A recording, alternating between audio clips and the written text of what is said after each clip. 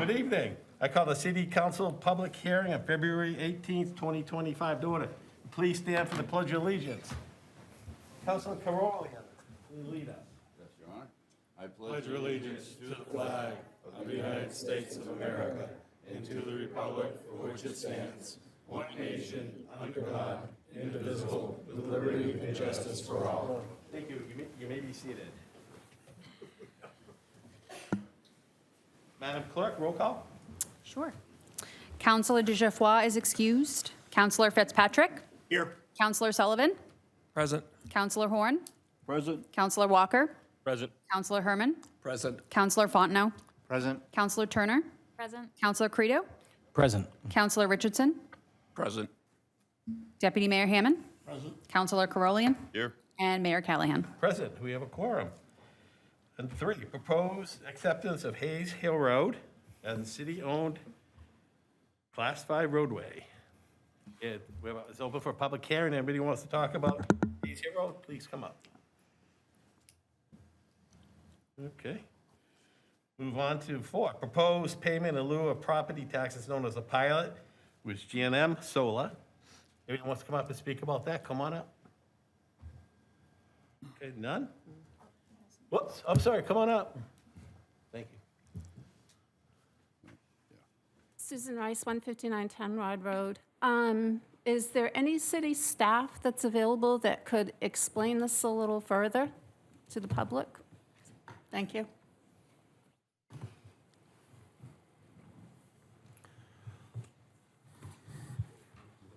Mary Beth, is she there? Mr. Sullivan is. Yes. Is the chief assessor here?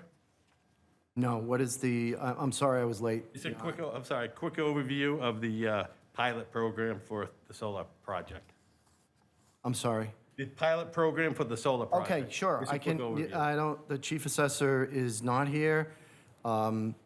She did negotiate a pilot agreement with GNC Solar 17 for the Shaw Drive solar array project. It fit within the bounds of the RSA that governs the pilots. The GNC 17 Solar LLC requested the pilot. There was a good faith negotiation there. That agreement is in the packet and it's being presented for approval or denial. Thank you. Anybody would like to speak on the payment in lieu of taxes with the solar agreement with C&M Solar?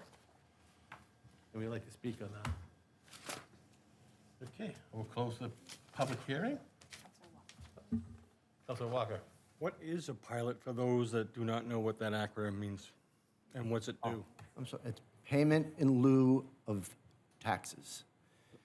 So it's a negotiated, essentially a negotiated involuntary condition where the awardee of the payment in lieu of taxes pays a fee instead of the full property taxation. And there is an RSA, I don't know the exact number, it should be in the packet, from the state of New Hampshire that provides municipalities to enter into these types of agreements. Where would pilots generally be used? Excuse me? Where would pilots generally be used? What, I don't understand the question. Well, not every citizen out there can come and request a pilot, right? No, it's typically, there's non-profits, agencies that we have several pilots with. There's non-taxable entities, such like the state of New Hampshire with their leasing of their building to Sig Sauer. That made, once they did the lease, that made it eligible for a payment in lieu of taxes. There's this special provision in the state regarding solar that allows for this to occur. Thank you. Any other questions for Director Sullivan? Okay, hearing none, I close the public hearing, move on to the City Council workshop. Public input. Public input is limited to 5 minutes. Good evening. I'm Kevin Brigham, 66 Royal Crest, Ward 2. I just want to let you know, I was here a week ago with the Finance Committee and presented the entire package. It's all on film, so I didn't want to go on the agenda for tonight to go over that again. So I don't know if everybody's got the opportunity to watch that, read that. I basically passed out a new handout that has more updated information, and Councillor Fitzpatrick had tasked the city manager, the finance director, and the city assessor to review the recommendations and determine which ones could be handled locally and those that need to be pushed up to the state level. So I do appreciate everything that you've done so far for us, and I hope you get a chance to read that. You've got my phone number, so call me anytime, and I'll answer any questions. Thank you. Thank you. Hey, Mr. Brigham, I'm aware of 9 counselors that, one watched online, and there were 8 that were here for things, so 9 out of the 12 seen it that I know of.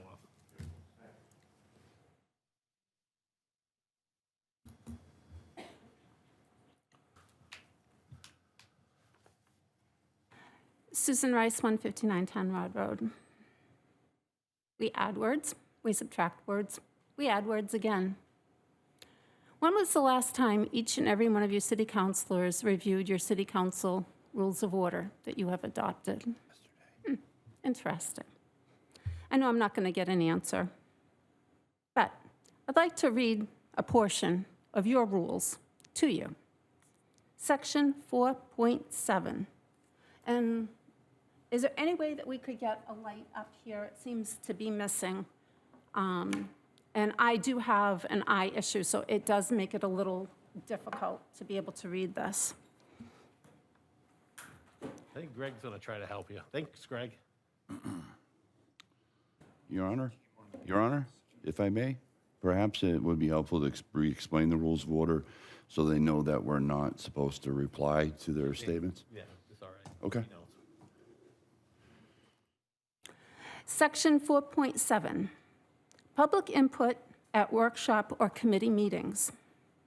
The chair shall call the committee together, and public input on any subject appropriate to be brought before the council shall be allowed at the beginning of every committee meeting, and I stress committee meeting or council workshop, and shall be placed at the first item of business on the agenda of said meeting. The next sentence is very important. When possible, the chair shall, does not say may, it says shall, allow for reasonable input from the public during the meeting to allow citizens to comment on any item appearing on the agenda, except for any items discussed in any non-public session. The chair may limit any public input to ensure that the committee is able to complete its work and to provide for decorum of the meeting. Callahan, once again, you added words to not only the committee meeting, but to 2 of these committee meetings. They were the Finance Committee meetings. Tell me where in the discussion it is limited to must relate to the agenda. I have scoured and I cannot find it. You owe Mr. Brigham an apology and the citizens of Rochester a huge apology for once again stepping on our freedom of speech and our freedom of expression and the ability to bring forth items of concern. I have said it once and I will say it again. This is not your house. It is not my house. It is the people's house. And we have the right to speak. And I will reiterate that sentence again. When possible, the chair, shall allow for reasonable input from the public during the meeting. During the meeting. To allow citizens to comment on any item appearing on the agenda. So I think you owe us an apology. So I think I have finally figured out what the city attorney does during his employment time. Thank you, Department of Public Works. GIS Assessment Management Division regarding your monthly report. This is very interesting. DPW completed a drone photography mission for the city attorney. We finally have something. Who's laughing? It's kind of funny, isn't it? However, we the people have yet to get a monthly report from the legal department. So once again, I stand up here before all of you and I ask for a monthly report from the city attorney and what he's doing. I understand you can't give specifics, but we should be able to have something to quantify this legal department that we have. Lastly, codes and ordinances. Are we in for another repeat year like last year of canceling meetings? Perhaps there are people who would like to attend and comment under public comment.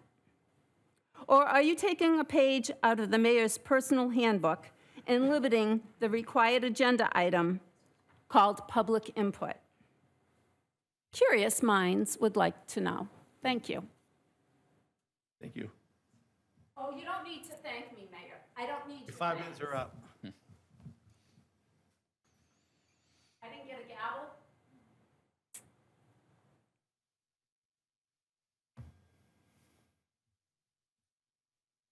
Anybody else want to speak for public input? I still have a minute left. I don't expect any apology from the, I didn't understand the rules of order. Public input. How do you allow him to get back up and speak? None of the rest of us have that opportunity. I haven't gone past 5 minutes. She's actually correct. I was thinking you spoke during the public hearing, so you only allowed ones at a time, so. Oh, okay. Thank you. No Appreciate it.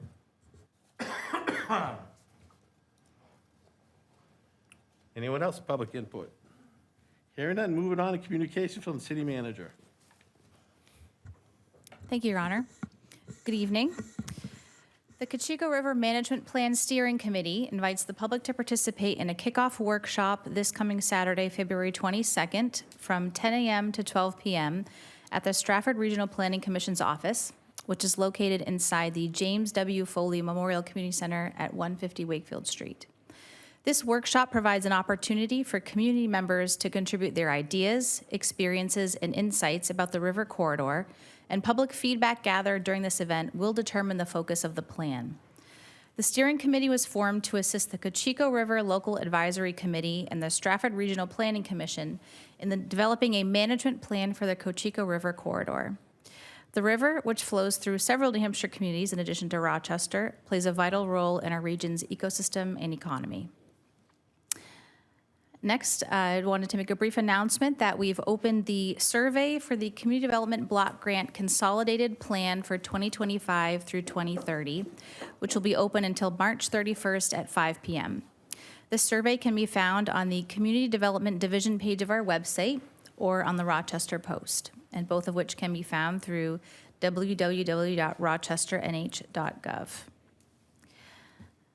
Next, I wanted to share that the Rochester Public Library has launched its new Library of Things, which is a collection that allows patrons to borrow more than just books, magazines, and movies.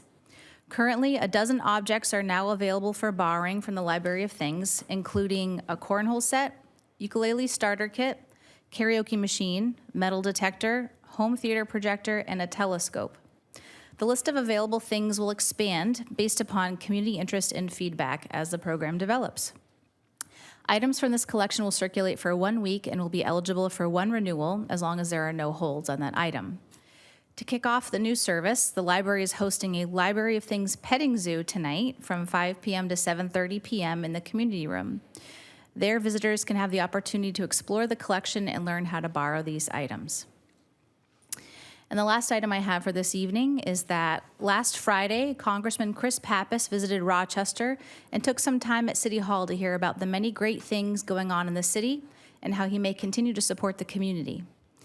You may recall that we had met with him last year to advocate for federal funding needs regarding our wastewater projects, which resulted in him allocating $4 million in federal funding for our Lagoon Desludge project.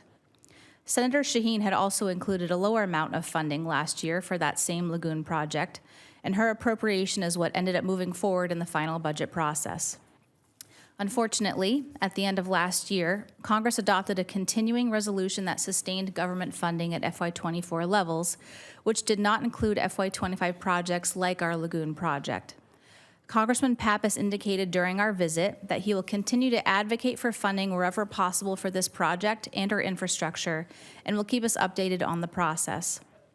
Staff also took the opportunity on Friday to share how Rochester is successfully putting federal dollars to work in the community, including 16 infrastructure projects through Public Works, affordable housing projects, community development block grants, and many examples of strategic uses of ARPA funds. We also shared our concerns regarding potential freezing of federal funds and the impact that could have on the city and our local nonprofits. Congressman Pappas was receptive to our concerns and was impressed with how the city has leveraged federal resources to make a significant and meaningful impact in the community. Staff did an excellent job highlighting our successes and advocating for the city's needs, and we look forward to the Congressman's continued communications and support and the potential for future funding opportunities for the community. Thank you. Excellent. I just want to add another feather on that. If you remember, one of her goals last year was to improve our relationship with our federal partners. And we certainly have done that. When I was really happy when Congressman Pappas reached out to me. It was just last Monday. He said, hey, I got a break in my schedule in the afternoon. You got some time for me to come to Rochester and get an update on what's going on in the city? I was like, absolutely. So I asked Katie to put her leadership team together and come up with a presentation on what we've done with the federal grants we received and what we're looking forward for. It was such a professional meeting. I mean, he and his, chief of staff that was with him came away really impressed with the city. And I hear it all the time, what a strong city municipal government we have, and it is entirely true. And to see it in action like that makes me very proud of the work Katie and her leadership team do, and all the employees of the city of Rochester, because not only has it been known in the state, it's obviously getting known at the federal level too. So great kudos to senior manager and the entire staff of the city of Rochester. So the good stuff, I got a proclamation for the school department. So I'll come on down there. I know we got some folks from the school department. Now read it. Thanks.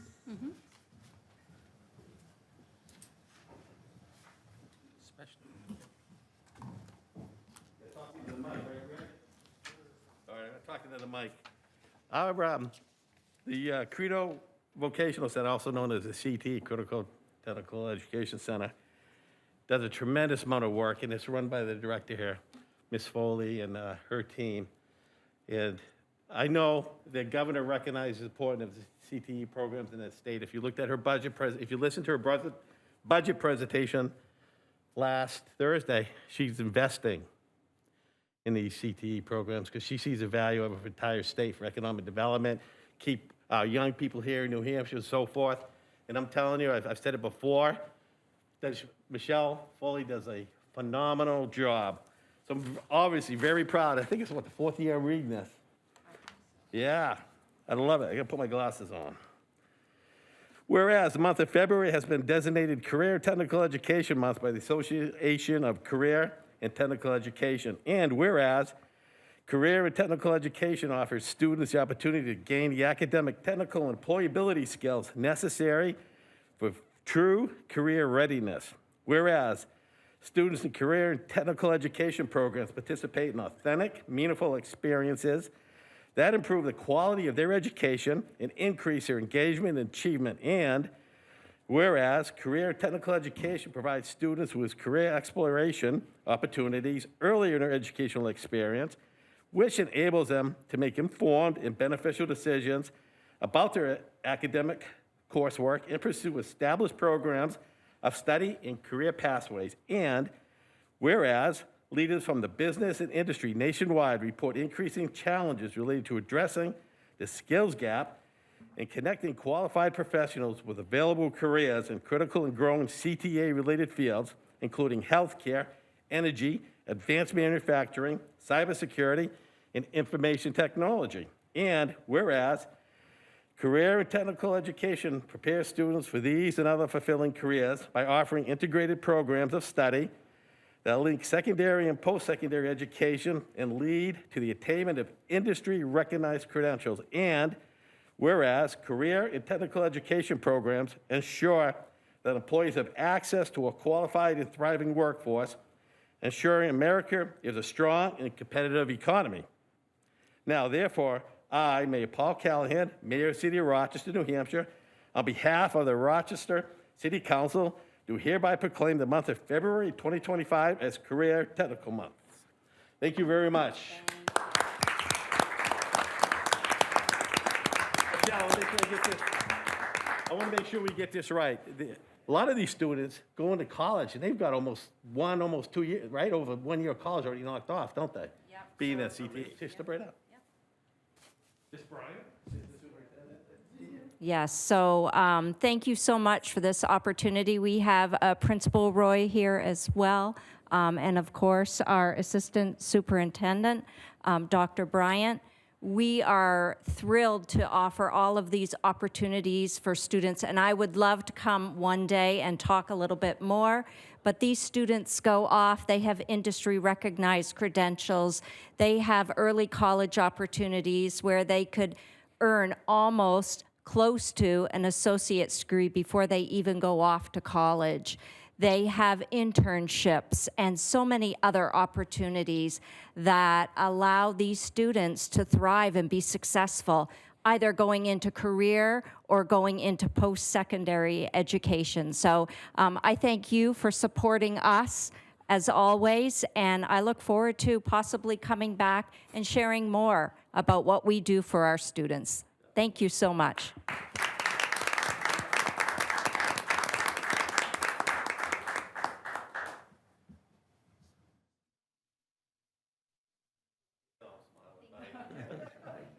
All right, I need the city employees to come up. I got a new special. Hey, Michelle and Allison, stay up. Come on up, Justin. I want you to come up. Yeah, I need city employees to come around me. That's you, Mr. Norris. Chief. You gonna be down, city employees? All right, Don, come on down. We got a new special award. I don't know if, I'm gonna pull this down. I don't know if any of you know, but Katie Ambrose, our city manager, was recognized and union leader as one of the 40 under 40. So I got a little thing to read here. I'm pleased to announce that our city manager, Katie Ambrose, has been named one of the New Hampshire Union Leaders 2025 40 under 40. This recognition highlights young professionals for exceptional leadership, dedication, and commitment to their communities. The union leader has been recognized in the state's most influential young professionals for over 22 years. The honorees represent a wide range of industries, including legal, financial, technical, healthcare, and public service. But it's Katie's consistent commitment to the city of Rochester that sets her apart. Katie Ambrose is 37 years old. She served as Rochester city manager since 2022, and she's involved in several local organizations, including the Rochester Rotary Club, the Greater Rochester Chamber of Commerce Government Affairs Council, and the Loudoun Communication Council, which she serves as vice chair. Katie is an incredible asset to the city of Rochester. Her commitment to public service, strong leadership skills, and ability to bring people together have made a tremendous impact on our community. This recognition is, get down here, this recognition is well-deserved. Her passion for community service began at a young age through her participation in 4-H. Those valuable early experiences helped her develop a sense of personal responsibility to contribute and take a meaningful part in building a brighter future. As a professional, she understands how strong and vibrant communities can be when you share unique experiences and talent with fellow community members. Now, therefore, I, Mayor Paul Callahan, do hereby offer my sincere congratulations on behalf of this city council to city manager Katie Ambrose for this impressive statewide recognition.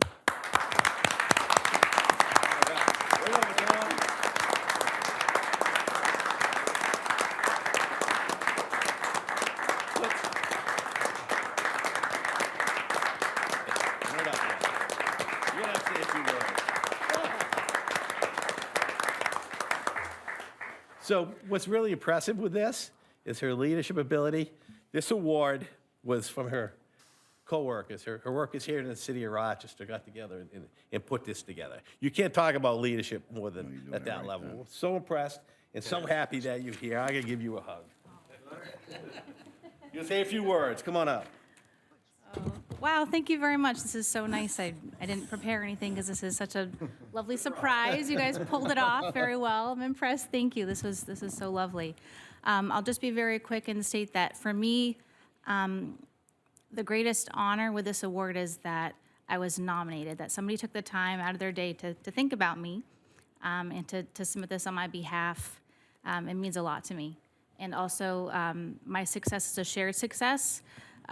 This award to me is shared with all of my mentors along the way, all of my my staff. Really, this is shared with my staff because the people standing behind me are what make the city run and what are really the key to our success and to mine. So I wish I could give you a flower here because I couldn't do it without your support, and you really make the city shine. So thank you so much.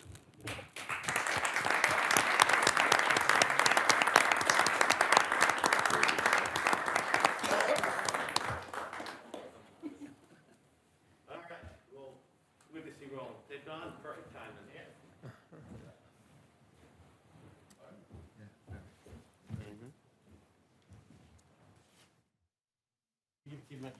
Sneaky.